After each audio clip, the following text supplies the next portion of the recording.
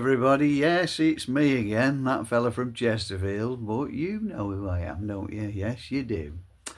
Yes, so I'm in the old Twisted Spire garage, just tinkering about as you do.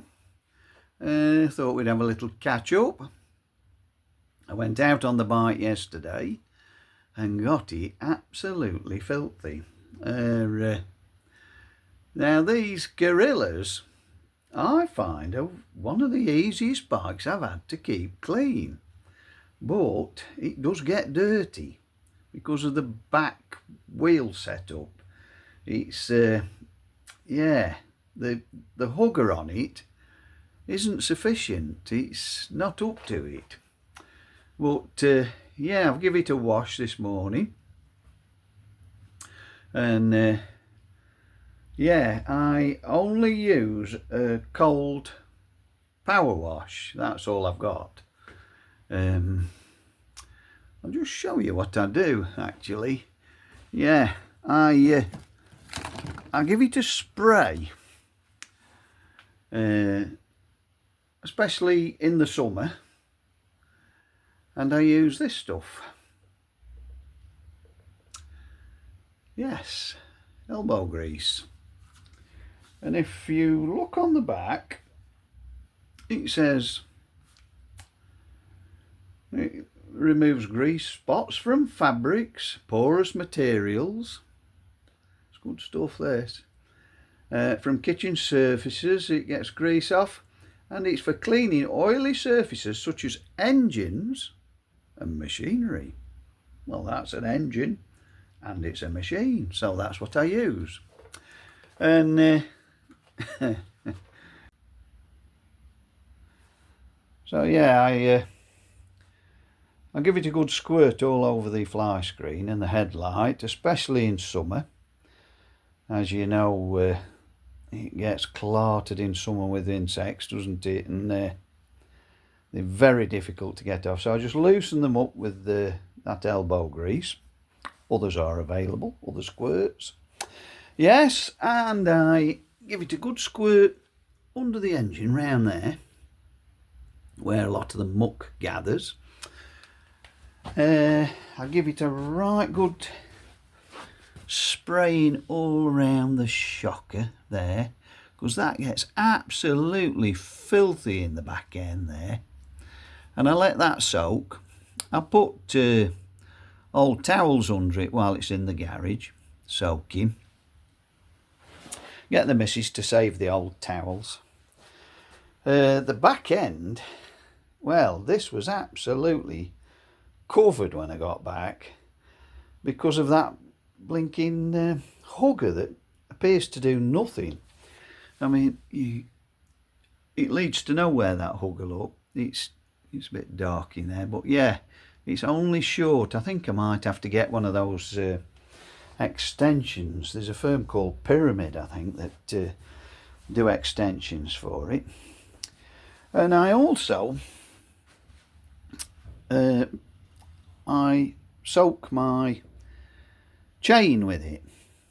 And what I do with my chain, I always mark a link. I clean a link and mark it like that with Tipp-Ex. That's Tipp-Ex, what the secretaries use for correcting their mistakes. And then as I go round, I know that I've done a full cycle of the chain.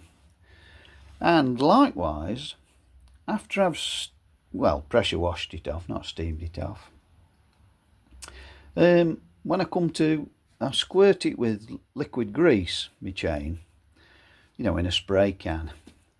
I've tried all sorts, the old brush in the jam jar with a bit of oil, and I've tried it all, auto lubes, but I find it's easiest just to use the spray cans with the spray grease.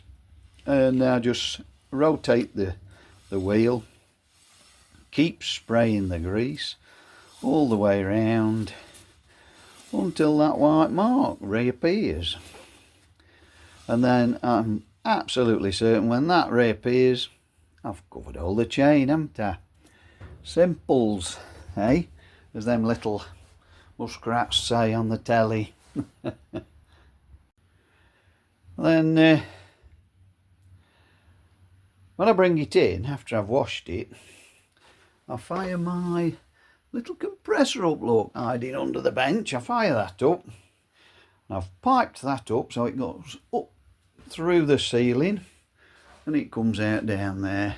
I've got an airline and I just use a little air gun, and I get all the water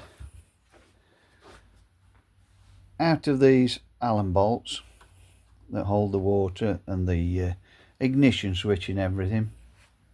Just lightly blow over the dashboard and the handlebars just to get the water off, and I fire the bike up and I wait till the fan kicks in. Then it's up to its maximum temperature, and then I leave it and let it dry out. After I've done that, I go round all these bolts and I give them a squirt of just ordinary spray oil. That one's 3-in-1. I've used WD-40, I've used all sorts. Let me just turn the camera around. Yeah, so that's all I do. And when I come in from a ride, I don't wash the bike straight away because it's blacked out. It's got that black coating on it, and I've seen bikes with the black coating coming off, and I think, I could be wrong, but I think it's because people are washing the bike when the engine's hot. If you think about it, aluminium, it's a soft metal and it expands quickly. And that coating is a very hard coating.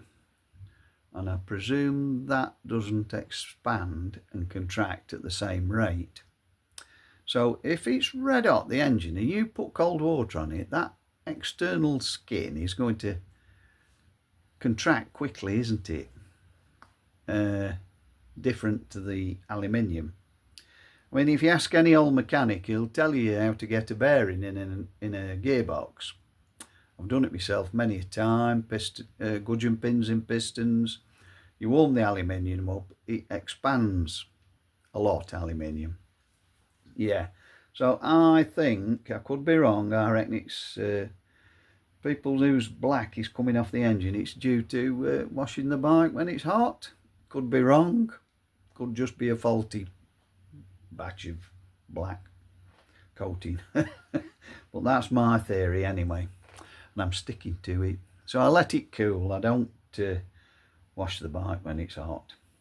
Yeah, anyway, how's things?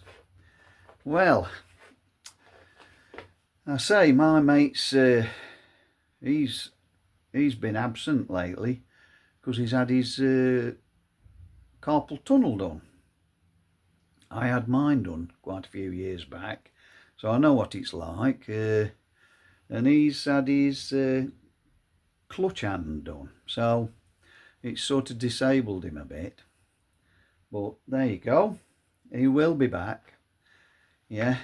And talking about my mate, yeah, filming. People have asked me, why don't you film inside the cafes that you visit? Well, yes, good question. I respect people's privacy when they're eating the dinner, for one thing. Yeah. Another thing, my mate, he doesn't want his face on the internet, and I respect that. Not everybody does, do they? No, it's only idiots like me that get the face on the internet. But yeah, he's the man with no name, he's no digital identity. Yeah, and he's no blinking card. If we go somewhere where you have to pay with a card, I have to bail him out. But it's not the end of the world, is it? No, we're not to a cup of tea or a breakfast, not between friends. Yeah, so yes, I don't film inside the cafes. I've started, as you know, taking a picture of what I've eaten or eaten because I was asked to do that. So if you wonder why I don't film inside, that's why. And I'm not sure if you can on people's private property, can you? Or is it classed as a public space when it's a venue like a cafe or something? I don't know. But to avoid any problems, I don't do it. Yeah. Yeah, so yeah, the cafes we visit, we don't do motorcycle cafes. We do them, but we just go because they're a cafe, and it isn't the cafe isn't the point of the video. The cafe is just somewhere where we sit, rest our aching bones, and recover for the ride back.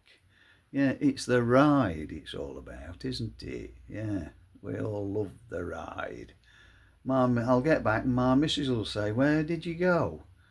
And I think, well, if I tell her, she won't have a clue where it is. It won't mean a thing. I say, well, we've been up Yorkshire or we've been to Lincolnshire. You know, well, where did you go? They don't understand it, do they? It don't matter where we went. We just went. We escaped. Yeah. So, what we want now is a mild winter. Let's get through this winter with a little ride out. If we can get one a week, that's happy days. I'm happy with one a week. I don't know about you. But, yeah, like I say, I know a lot of people do lay the bikes up. Fair dues.